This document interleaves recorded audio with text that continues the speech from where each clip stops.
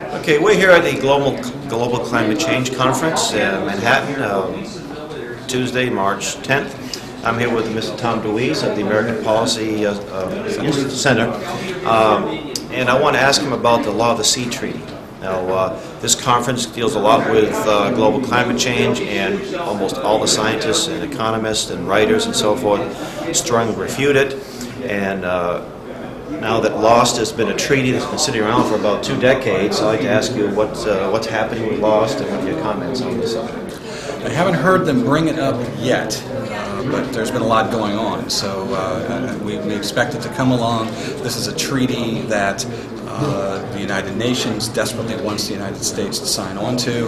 It literally gives the United Nations control of about 3/4 of the earth, and it being all the seas. It also goes beyond that. It gives them power to control what goes on the ground, because they, as they say, certain things that happen inside the communities, inside the borders of the countries, goes into the streams, which go into the oceans, which gives them control of that. So practically almost everything we do somehow eventually goes up into the sea. Exactly. Whether it's household waste or farming and things of this nature. That's right, and it would control the chemicals that farmers can use. It would control, it goes into air pollution, which falls back down into the water. So it's literally a treaty that will give the United Nations control, what they call the global commons.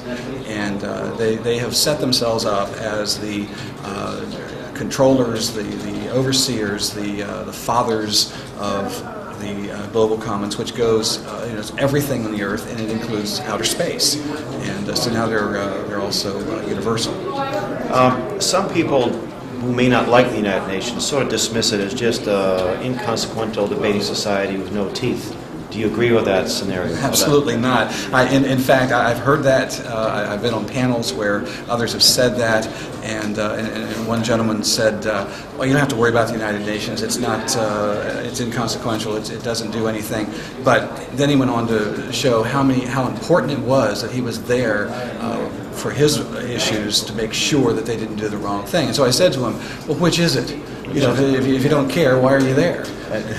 The president of the Czech Republic has been at this event, and he said something to the effect that he's been a politician for 20 years, only went to the UN once, which says his contempt for it, and he doesn't seem to have a lot of respect for it. However, his country still has a ambassador to the UN, as I think practically every other country in the United States in the world does. If they're not that important, why have an ambassador there? Yeah, if I were elected president, that's the first thing I wouldn't do is appoint an ambassador to the UN. But they believe that we have to be there to be represented. One of the reasons that they're pushing so hard for the Law of the Sea Treaty is that they say if we don't ratify this treaty, then we won't be able to have any say about what goes on with it. I don't think we're going to have any say about what goes on with it anyway. The Law of the Sea Treaty is run by a panel of countries, most of whom are landlocked. And they have a special interest in controlling the seas, even though they don't have any seas. And this is all about everything that comes out of the United Nations. Every policy is based on redistribution of the wealth, and the wealth is the United States. That's the target, and that every single program that they deal with, that's the target. Second, question on the International Criminal Court, something that we have not yet ratified. During the Bush administration, he was saying that he's not going to sign it mainly because he's concerned about U.S. troops that might be charged under a tribunal. What are your comments on that, and where's the ICC today? Well, the interesting thing about Bush's refusal to sign on to it, as the same as with Kyoto, actually, where he refused to sign on to that and enforce it. He always came up with another alternative, which was just as bad or worse. Mm-hmm. And even though he said we're not going to support the criminal court, when the criminal court wanted the state of Texas to let off some people who were criminals, who were illegal aliens, because they hadn't been supposedly represented by their own nations, George Bush wanted, to put pressure on Texas to do that in support of the criminal court. The Supreme Court of this land said, you don't have the authority to do that. And I think that was a very significant ruling by the Supreme Court. And that was what a few Mexican illegal aliens were given the death penalty for committing first-degree murder. And they admitted to it. And they admitted to it.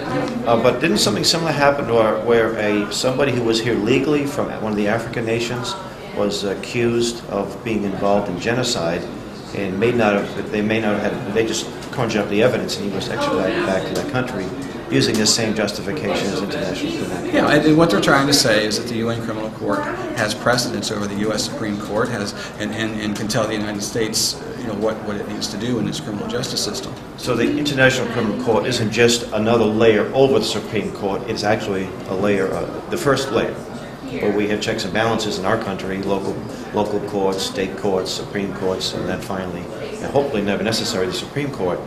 But the ICC is a court of original jurisdiction. So if you commit a crime against the UN, they don't worry about the local court.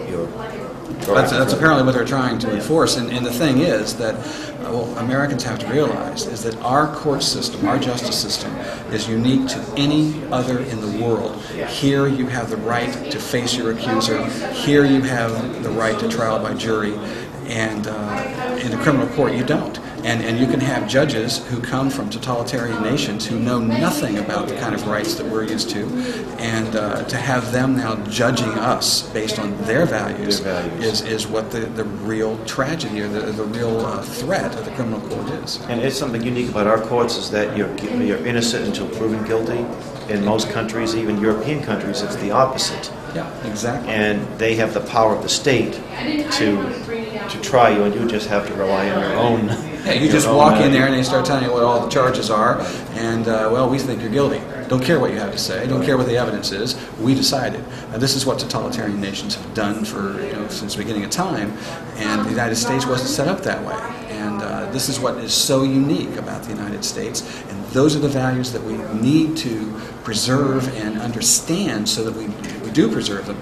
And we're losing that. I think it's not being taught in school properly, and children coming up don't understand those things, and then you end up at the UN Criminal Court, and they're told that this is just to get rid of the bad guys. Well, there are people in this world who support the UN Criminal Court who think the United States are the bad guys. So it's all relative about how you view it. Finally, what is your organization doing currently, and how can people get a hold of you, or if you want to learn more about your organization? We're the American Policy Center. We publish a newsletter called the DeWeese Report, which is available online. Our website is americanpolicy.org, and you can get all of our information there. We have an action alert called Sledgehammer.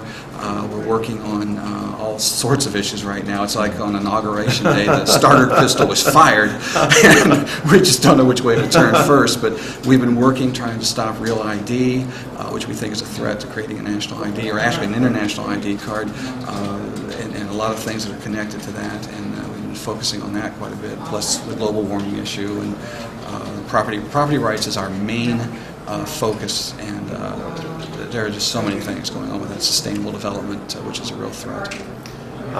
You folks at the National Conference of State Legislators, have you ever been there before? Because they've just come out against the Real ID, so I was very pleased to hear that. Yeah. No, I'm not. Yeah. I'm happy to hear that. Great. Well, thank you very much. My pleasure. Thank you. You know Captain Albright? Yeah, sure. I was in a meeting with her about a month ago.